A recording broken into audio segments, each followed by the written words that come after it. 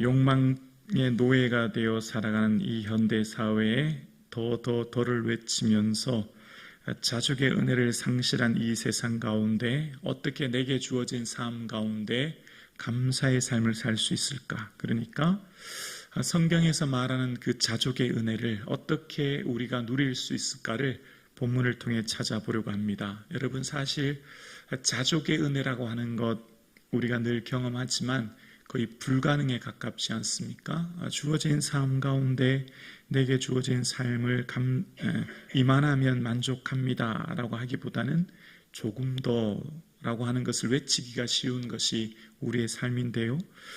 그런데 여러분, 다윗의 인생이 이제 오늘 본문에 기록되는데 다윗의 시잖아요. 다윗이 어떻게 내 잔이 넘치나이다 고백할 수 있을까요? 어떻게 내게 주어진 삶에서 하나님 앞에 내 잔이 넘치나이다 고백할 수 있을까요? 다윗의 전 생애를 보면 사실 그렇게 주님 앞에 내 잔이 넘치나이다 고백하기 좀 어려운 상황들이 많았다는 것을 알게 되거든요. 그럼 그 비결이 뭘까를 먼저 본문을 통해 한번 찾아보겠습니다.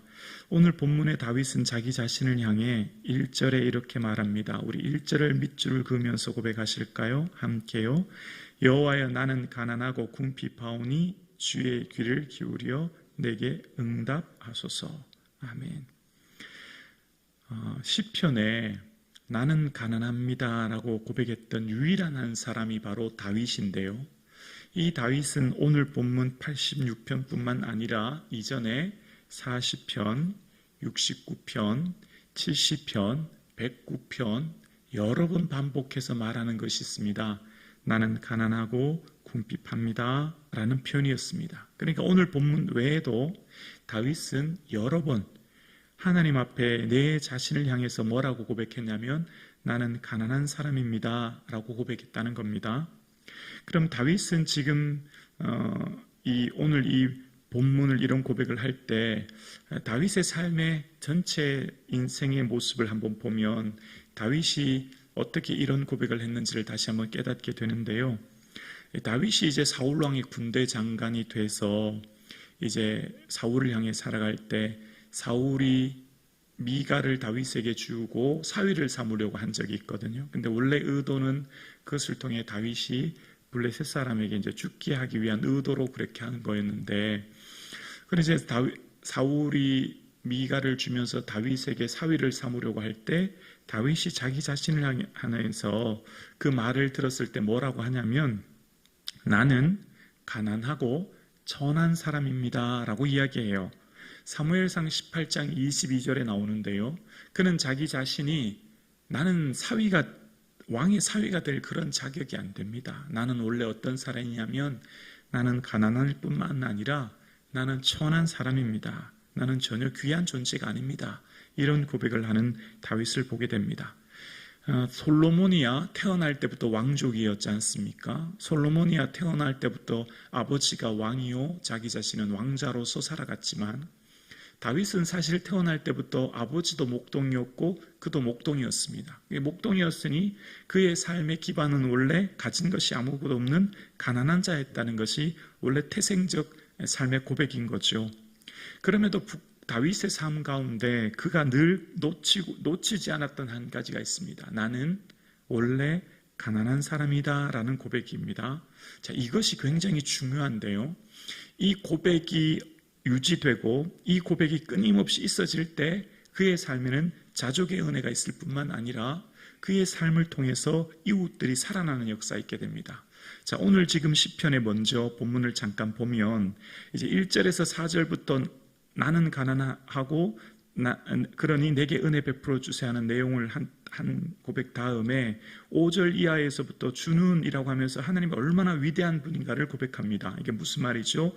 하나님 앞에서 내가 나를 발견하게 되는 거죠. 그러니까 5절부터 계속 주는 여호와여라고 주여라고 고백하는 것은 하나님 앞에 선 다윗이 내가 어떤 존재임을 깨닫게 되는 거죠. 자, 그러면서 여러분 다윗의 삶을 한번 생각해 보겠습니다. 다윗이 이제 왕이 되었어요. 왕이 되면 부유한 자 아닙니까? 모든 권력과 모든 것을 가진 자 아닙니까? 그럼 더 이상 가난하지 않지 않습니까? 그런데 다윗이 시편 70편 5절에 이런 고백을 해요. 시편 70편은 그 표제어가 다윗이 기념식으로 인도자를 따라 부르는 노래라고 하는 말입니다.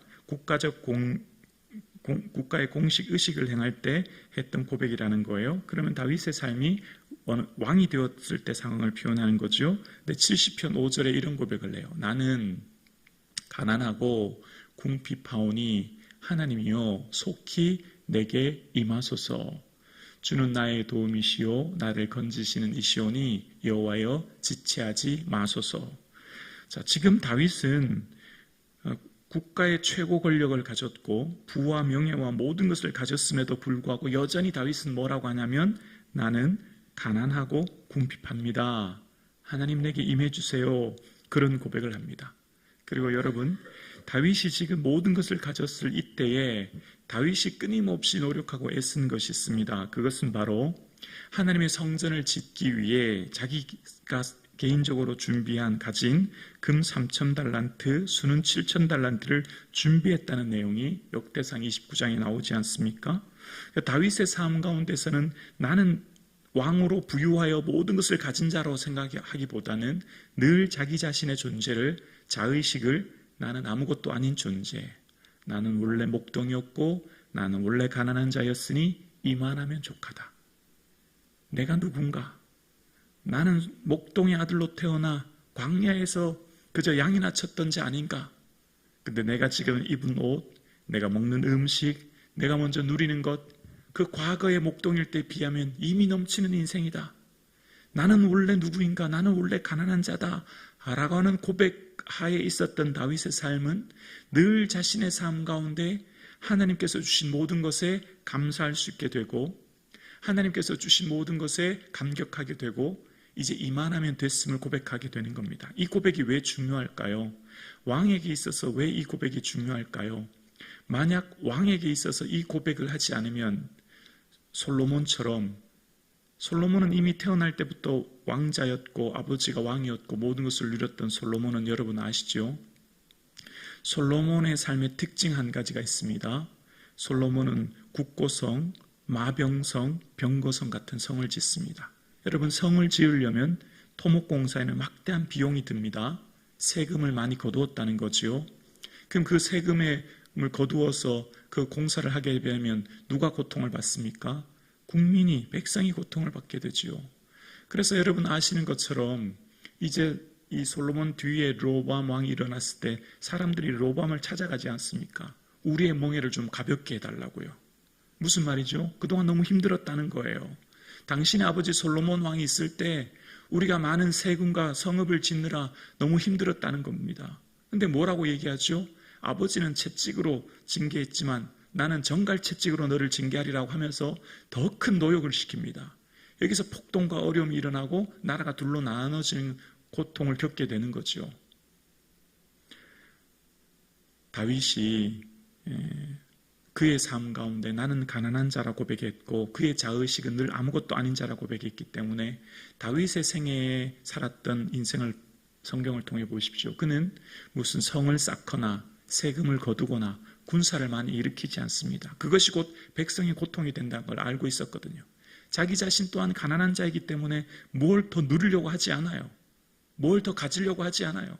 자기 자신이 뭔가를 더 얻으려고 하기보다는 자기 자신에 있는 삶에 감사하게 되는 거죠.